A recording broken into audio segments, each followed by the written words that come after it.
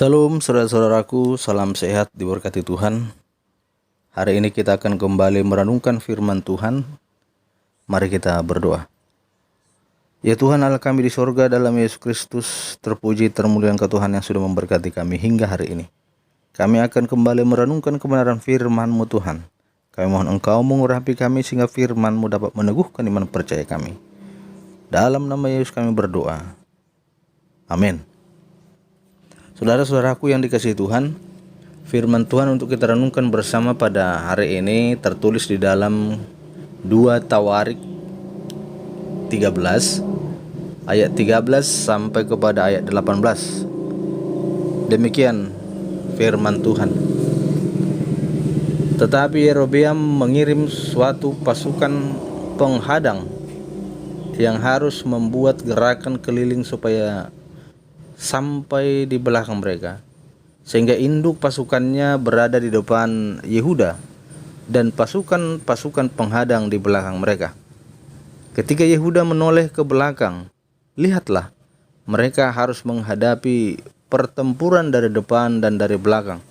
Mereka berteriak kepada Tuhan, sedang para imam meniup nafiri. Dan orang-orang Yehuda memekikkan pekik perang. Pada saat orang-orang Yehuda itu memekikkan pekik perang, Allah memukul kalah Yerobeam dan segenap orang Israel oleh Abia dan Yehuda. Orang Israel lari daripada Yehuda, tetapi Allah menyerahkan mereka ke dalam tangan Yehuda. Abia dengan laskarnya mendatangkan kekalahan yang besar kepada mereka. Dari orang Israel mati terbunuh 500.000 orang pilihan. Demikianlah orang Israel ditundukkan pada waktu itu. Sedang orang Yahudi menjadi kokoh karena mereka mengandalkan diri kepada Tuhan, Allah nenek moyang mereka. Demikian firman Tuhan. Saudara-saudaraku yang dikasihi oleh Tuhan kita Yesus Kristus,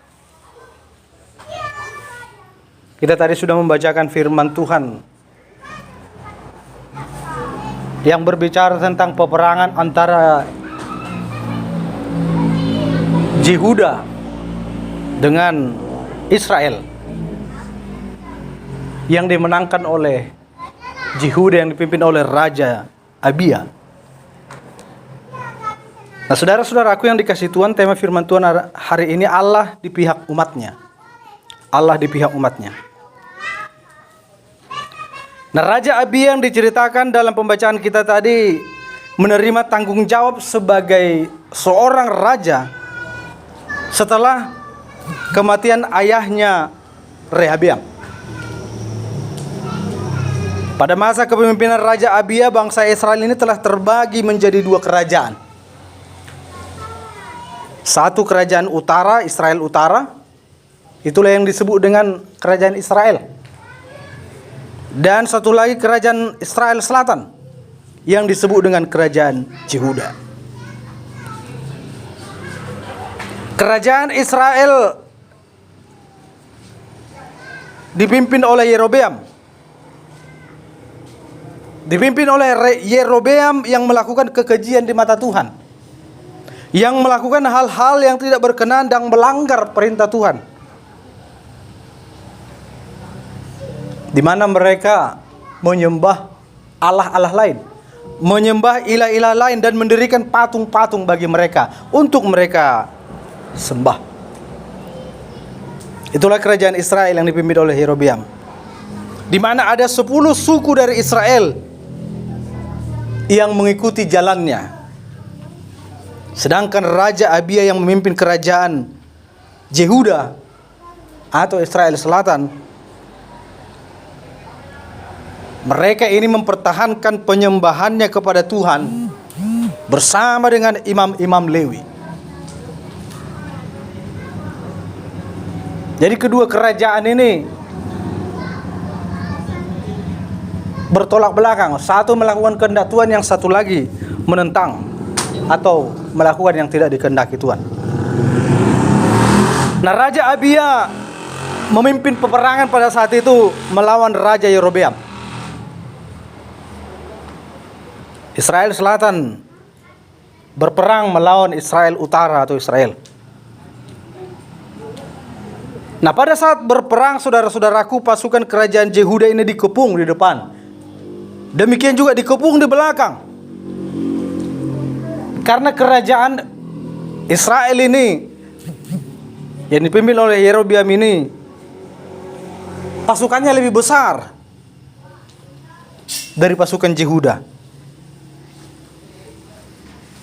Namun kita melihat, saudara-saudaraku, bagaimana kemenangan tetap dialami oleh Yehuda. Kemenangan tetap dialami oleh Raja Abia. Karena Allah berpihak padanya. Karena Allah beserta dengannya.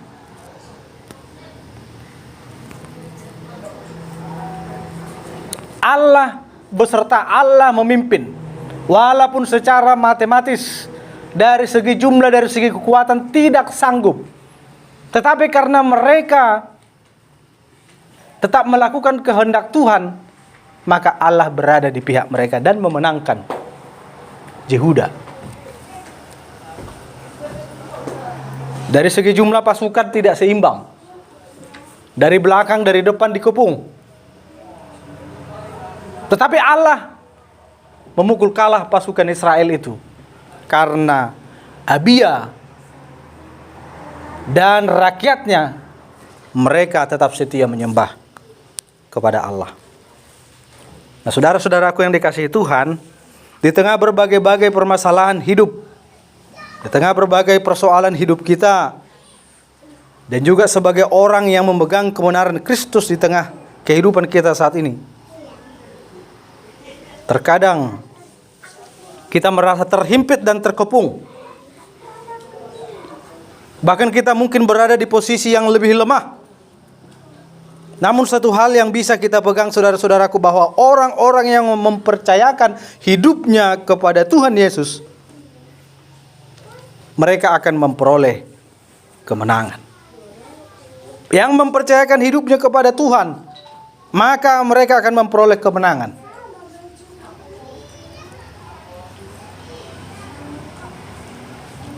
Perjuangan tetap harus kita alami.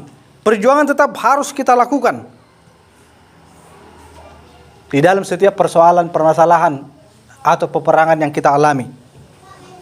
Tetapi kita tidak sendiri, saudara-saudara. Tuhan menyertai kita ketika kita bertarung mengalahkan segala persoalan kita. Dan Tuhan menyediakan kemenangan bagi kita yang tetap percaya dan mengandalkan Dia. Maka janganlah kita menjadi tawar hati, saudara-saudaraku. Tetaplah berpegang kepada Kristus. Tetaplah berpegang pada jalannya. Maka hari ini belajar dari kerajaan Israel. Janganlah ada berhala-berhala dalam kehidupan kita. Berhala-berhala janganlah ada lagi dalam kehidupan kita. Jangan merasa kita kuat sehingga melupakan Tuhan Allah kita.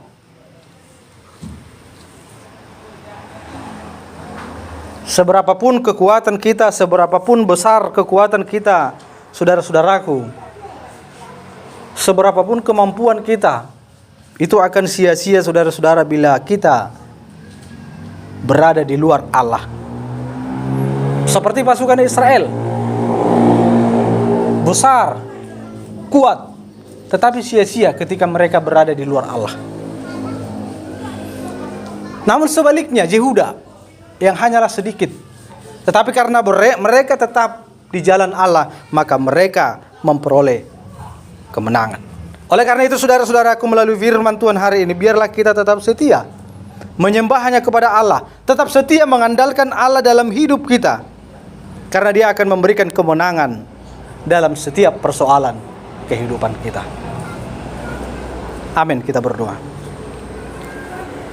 Terima kasih Tuhan Yesus untuk firman-Mu hari ini yang sudah mengajar kami. Biarlah kami tetap setia kepada jalan Tuhan, mengandalkan Tuhan dalam setiap hidup kami, sehingga kami boleh menikmati, boleh memperoleh kemenangan seperti kemenangan yang dialami oleh Yehuda. oleh karena tetap melakukan kehendak Tuhan. Terima kasih Tuhan untuk firman-Mu hari ini. Dalam nama Yesus Kristus, kami berdoa dan bersyukur kepadamu. Amin.